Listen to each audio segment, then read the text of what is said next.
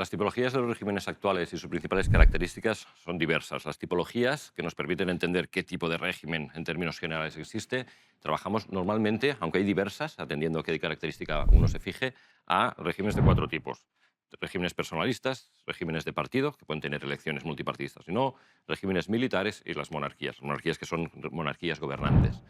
A pesar de estas tipologías, que son útiles para cierto tipo de conceptualización para entender las dictaduras, lo que nos estamos fijando hoy en día principalmente son en las características subyacentes de estos regímenes, y especialmente en una dimensión que es especialmente preocupante por el aumento que ha experimentado en las últimas décadas y especialmente también en los últimos años, que es en particular el grado de personalismo, del cual luego hablaré más. El personalismo implica hasta qué punto el grado en que el líder concentra el poder en sus manos, por capacidad de decisión política, capacidad de nombramientos, de promociones, y eso lo hace en detrimento de otras estructuras o instituciones que existen en el régimen, como puede ser desde una dictadura militar en cual el dictador agarra este poder a expensas de los militares como institución o a expensas del partido o también como institución. Cuando estas instituciones son capaces de constreñir, de limitar el poder de decisión del dictador, estamos aumentando el grado de personalismo. Y eso es una tendencia especialmente preocupante, como después discutiré. El cómo llegan al poder, tradicionalmente los dictadores han llegado al poder a través de golpes de Estado, incluso golpes de Estado que derrocan otras dictaduras y ponen una nueva en su lugar. Lo que se está observando también es que este ya no es simplemente el modus operandi habitual, la manera más común de entrar en el poder, sino también que hay líderes que llegan al poder a través de elecciones y que luego manipulan los resultados, se consolidan en el poder, o hoy en día, en este proceso llamado de backsliding, incluso de regímenes que eran anteriormente democráticos o parcialmente democráticos, que a través de un sistema gradual, acumulativo de deterioro democrático, de acumulación del poder, llegan a convertirse en dictadores. Lo que estamos estudiando, lo que estamos prestando atención es cuáles son las estrategias que van haciendo para acumular este poder de manera efectiva. Y lo que estamos viendo últimamente en la investigación que estamos haciendo es que existen como dos escenarios, o casi tres. Uno es el dictador que llega al poder como un nivel de apoyo dentro de la coalición de poder, dentro del nuevo grupo que está tomando el poder muy bajo, y lo que hace es un gamble for resurrection. Es decir, intenta personalizar el poder de la manera más rápida y agresiva posible para consolidar su posición en el poder. Es decir, el riesgo de golpe de Estado desde dentro es tan alto que prefiere arriesgarse a que haya ese golpe y intentar personalizar el poder que no negociar con la élite. Negociar con la élite un sistema de compartición del poder con estos otros grupos internos que tienen suficiente poder como para amenazar su posición. Y entonces hay otros dictadores que utilizan un sistema gradual, es decir, de acumulación del poder poco a poco, paso por paso, empezando principalmente por adquirir el poder de nombramientos y promociones, para luego utilizar otras estrategias que subvierten o transforman las instituciones a través de las cuales gobierna y ponerlas debajo de su control directo y personal, como las fuerzas de seguridad y el partido único, si es que existe el partido del régimen. Con lo cual, estos regímenes utilizan el mecanismo clásico de represión existe, sigue existiendo como un mecanismo clásico. Además, con un elemento añadido en términos de represión, y es que ahora tienen más mecanismos también para utilizar represión preventiva. Ya no solo tenemos la represión reactiva cuando hay una amenaza visible contra el régimen, a la cual el régimen con las fuerzas de seguridad reaccionan, a menudo violentamente, sino también la preventiva, que es la que evita que la gente pueda organizarse, ya sea desde dentro o desde fuera, a través de protestas y otros mecanismos organizativos. Y con las nuevas tecnologías de la comunicación y de la información, las dictaduras tienen más capacidad para realizar esta tarea también preventiva de monitoraje, de prevención, de vigilancia y también incluso de recogida de información de quién es potencialmente peligroso y a quién hay que prestarle atención.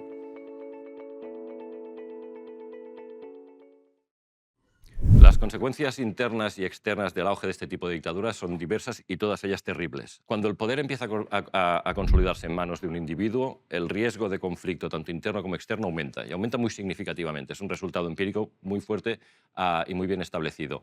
El problema de este tipo de dictaduras o de esta característica creciente de las dictaduras es que la concentración del poder en manos de un individuo le da mucha capacidad de decisión sin tener ningún tipo de constreñimiento, de limitación institucional, ya sea por parte de una élite o de otro grupo establecido dentro del régimen. Y esa falta de control hace que se tomen decisiones más erráticas, violentas o incluso agresivas. Con el añadido que además que esta posición individual dentro del régimen también le da incentivos a veces para utilizar este conflicto de manera interesada, es decir, como mecanismo propio de mantenimiento en el poder.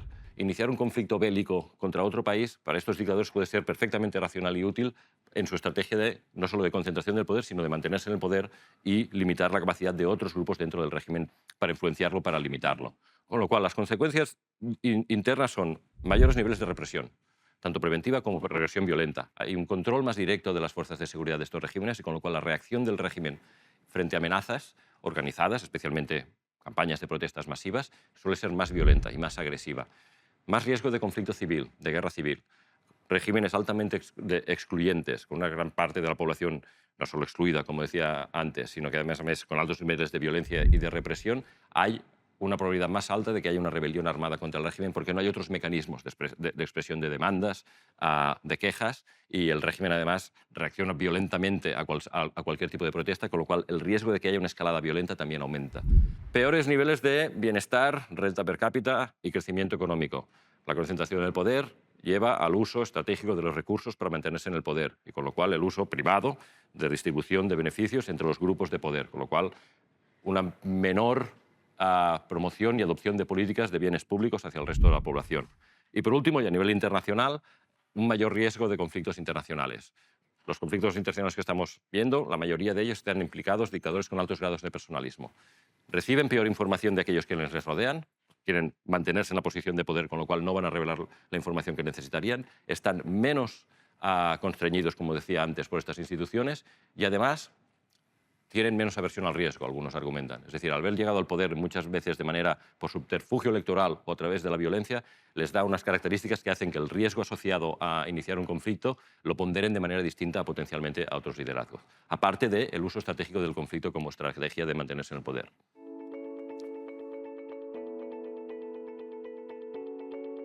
Sí, las políticas exteriores que se han usado para promover la democracia en este tipo de regímenes y otros, y las recomendaciones que podrían derivarse de eso para la Unión Europea son muy complicadas. Es decir, si una conclusión estamos llegando en el análisis de cómo funcionan estos regímenes, cómo caen y a qué dan paso cuando caen, nos muestra que incluso cuando se puede desestabilizarlos desde fuera, parcialmente o totalmente, no suelen dar pie a democracias. Los regímenes personalistas suelen seguirse por otro tipo de dictadura o incluso por un Estado fallido, conflicto civil abierto, como es el caso de Libia.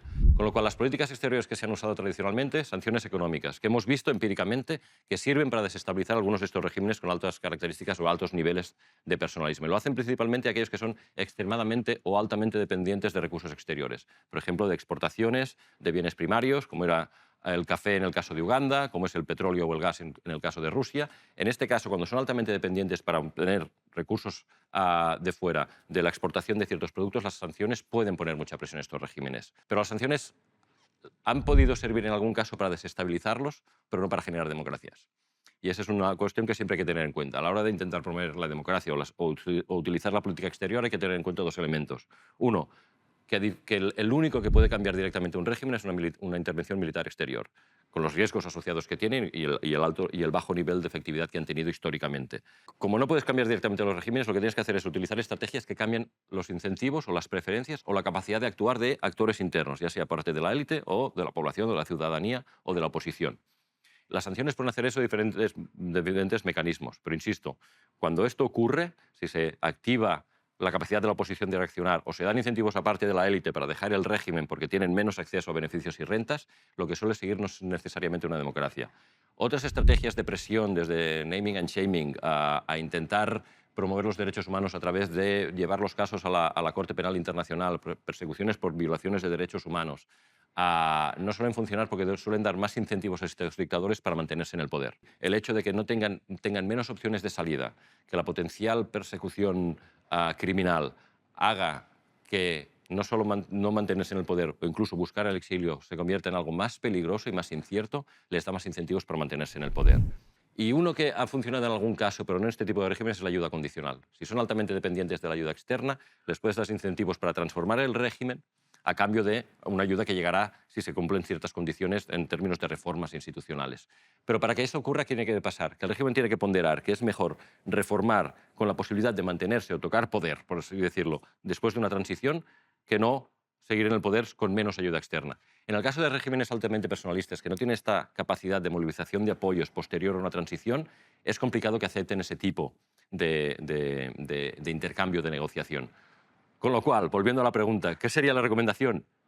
No lo sabemos muy precisamente. Lo que habría que intentar es evitar que lleguen a concentrar estos niveles de poder. Es decir, una vez el personalismo emerge ya como tipo de régimen, como característica principal, no es difícil tratar con estos regímenes a través de la política exterior. No suele ser efectivo, se les puede desestabilizar, pero eso no da pie a democracia, con lo cual las estrategias deberían ir dirigidas a prevenir o evitar que ese grado de concentración del poder se produzca. ¿Cómo se hace eso desde la política exterior? Es complicado, porque principalmente lo que para o frena o previene que el grado de personalismo aumente de manera muy significativa dentro de un régimen es que los grupos de élite, las instituciones como los militares o el partido, conserven esa cuota de poder, de capacidad de organización colectiva contra el dictador en caso de que el dictador se comporte de manera oportunista e intente acumular más poder a su costa. ¿Cómo se refuerzan estos grupos desde fuera? Se puede informar, se puede dar recursos para que conserven esta capacidad de actuación desde fuera, para mantener este equilibrio de poder entre el dictador y estos grupos, pero lo haces a costa de qué? Quizá lo estás haciendo a costa también de tener un régimen que no es tan personalista, que es un régimen que se basa en la compartición del poder, el power sharing entre la élite y el dictador, pero que puede ser también a la larga un régimen más estable. Con lo cual el trade-off es muy, muy, muy marcado en este tipo de situaciones. Y políticas concretas que ayuden a hacer eso no se han diseñado, no se ha pensado suficientemente qué tipo de política exterior puede ayudar a que un régimen no se personalice y cómo das apoyo a los grupos internos de la dictadura, a las élites, grupos dentro del partido, facciones dentro del partido o dentro de los militares, para que puedan evitar que el dictador acumule poder. ¿Estrategias informativas de recursos que lo refuercen? Sí, pero no es fácil, no es nada fácil. Lo mejor es la prevención, pero aún estamos pensando en cómo.